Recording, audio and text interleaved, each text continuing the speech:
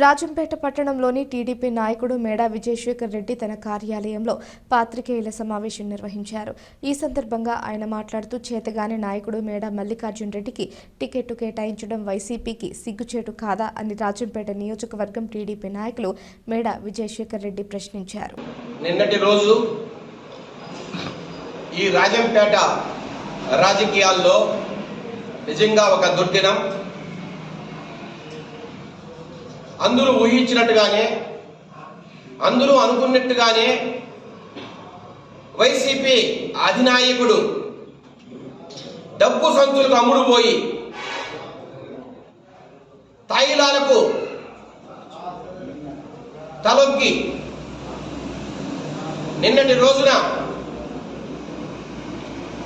మా ప్రియతమ యువనేత నారా లోకేష్ గారు ముద్దుగా పిలిచే చేతగాని మల్లికార్జున రెడ్డి గారికి టికెట్ ఇస్తున్నట్టుగా నిన్నటి రోజున రాజంపేటలో కానీ అట్లాగే సోషల్ మీడియాలో కానీ పెద్ద ఎత్తున ప్రచారం జరుగుతోంది. ఆ ప్రచారమే నిజమైతే నిజంగా జగన్మోహన్ రెడ్డి ముందు నుంచి మేము చెప్తున్నట్టుగానే, ముందు నుంచి అందరూ ఊహిస్తున్నట్టుగానే డబ్బు సంచులకు అమ్ముడు పోయిన మాట వాస్తవమా కాదా అని నేను వైకాపాను ప్రశ్నిస్తున్నా.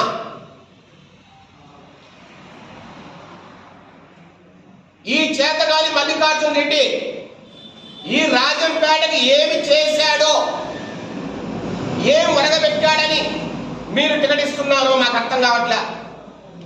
ఈ చేతగాని మల్లికార్జున్ రెడ్డి మీరు ఏం చేసినా సైలెంట్ గా ఉంటాడనా? ఈ చేతగాని మల్లికార్జున్ రెడ్డి మీరు చెప్పే ప్రతి మాటకు తలుపుతాడనా?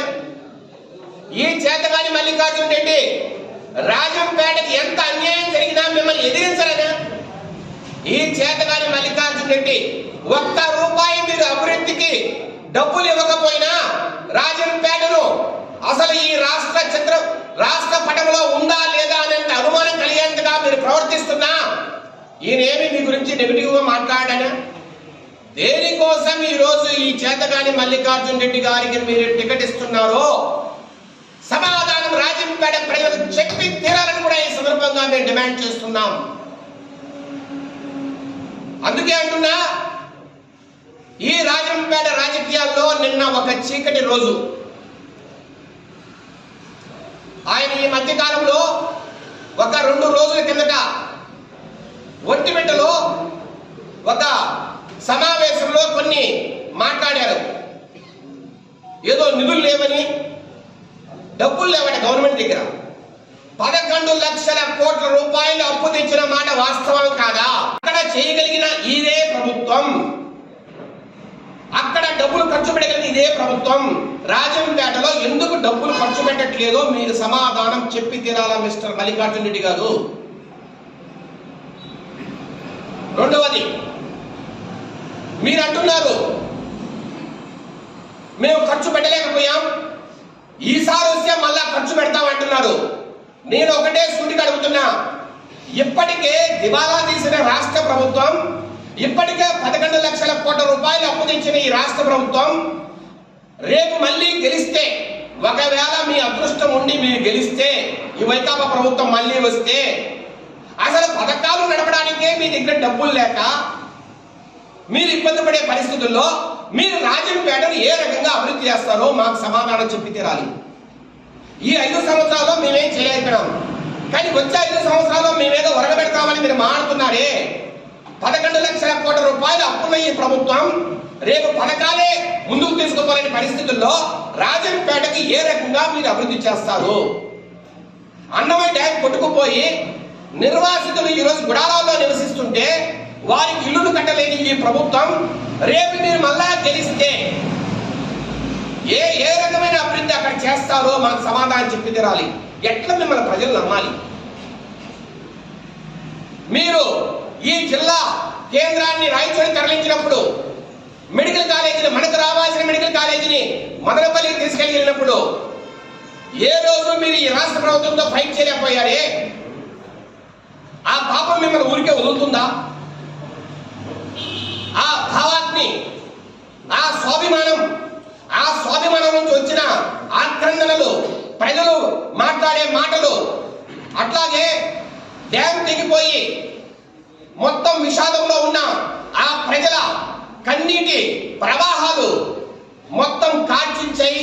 మిమ్మల్ని, మీ పార్టీని దయించి వేసే మాట వాస్తవం కాదని అడుగుతున్నా. ఈ రాజంపేటలో అగ్గి రగిలింది. అట్లాగే వైకాపా జెండా పూర్తిగా ఈ రాజంపేట నుంచి వైరేగే వరకు ఈ కార్చిచ్చు మిమ్మల్ని వెంటాడి తిరుగుతున్న కూడా సందర్భంగా తెలియజేస్తున్నాం.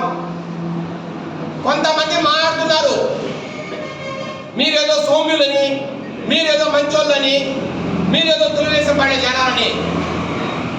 ఆల్రెడీ మీరు వైకాపాను భ్రష్టు పట్టించారు, వైకాపాను సర్వనాశనం చేశారు. అంతెందుకు రాజంపేటను భ్రష్టు పట్టించారు, రాజంపేటను సర్వనాశనం చేశారు. ఇప్పుడు మళ్ళా టీడీపీలోకి వచ్చి సర్వనాశనం చేయాలనే మీ పార్టీ బాగుపడేది మీకు ఇష్టం లేదా?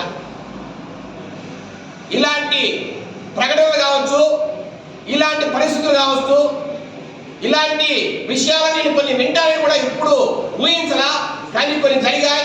నేను ఒకటే చెప్తున్నా, ఈ రాజంపేట నియోజకవర్గ నాయకులు కావచ్చు, ప్రజలు కావచ్చు, మేము ఒకటే విన్నవిస్తున్నాం. మల్లికార్జున రెడ్డి అనే వ్యక్తి ఈ రాజంపేటకి ఎమ్మెల్యేగా ఉండగా ఈ రాజంపేటకి ఏమీ జరగదు. ఎందుకు ఈ మాట చెప్తున్నానంటే, నిన్నటి రోజున మాకు టికెట్ కన్ఫర్మ్ అయింది, మేము ఇక మేము నాయకులు లేకపోతాం, నాయకులకు డబ్బు సంచులు అప్పచెప్పి అందరినీ మచ్చిక చేసుకుంటామని నిన్నటి రోజున నాకు ఒక వార్త అందింది. ఈ రోజు రేపు మళ్ళా డబ్బు సంచులతో దిగుతారు, 6 మండలాల్లో కలయి తిరుగుతారు. ఎవడెవడు మా డబ్బులకు పడతాడా అని మొత్తం అంతా స్కెచ్ చేస్తారు. నేను ఒకటే చెప్తున్నా వైకాపా నాయకులకి, దయచేసి ఒక్కసారి మీరు ఆలోచించాలా.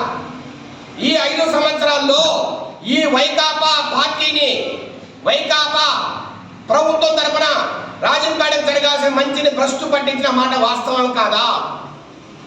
వైకాపా నాయకులకి 100కి 90 మంది ఈ రోజు మీరు అసంతృప్తిలో ఉన్నమాట వాస్తవం కాదా?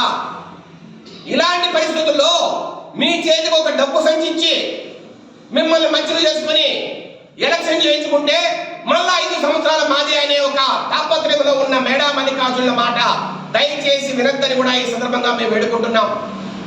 ఒక్క వారం 10 రోజులు ఆగండి. తెలుగుదేశం పార్టీ కూడా సర్వే రిపోర్టుల ప్రకారం, అట్లాగే స్థానికత ప్రకారం, ఏ ప్రకారం తీసుకున్నా మేడా విజయశేఖర రెడ్డి నాకు టికెట్ వస్తుందనే నమ్మకం బలంగా ఉంది. కాబట్టి నేను చెప్తున్నా, మీ ప్రయోజనాలను, ఈ రాజంపేట ప్రయోజనాలను నేను కాపాడే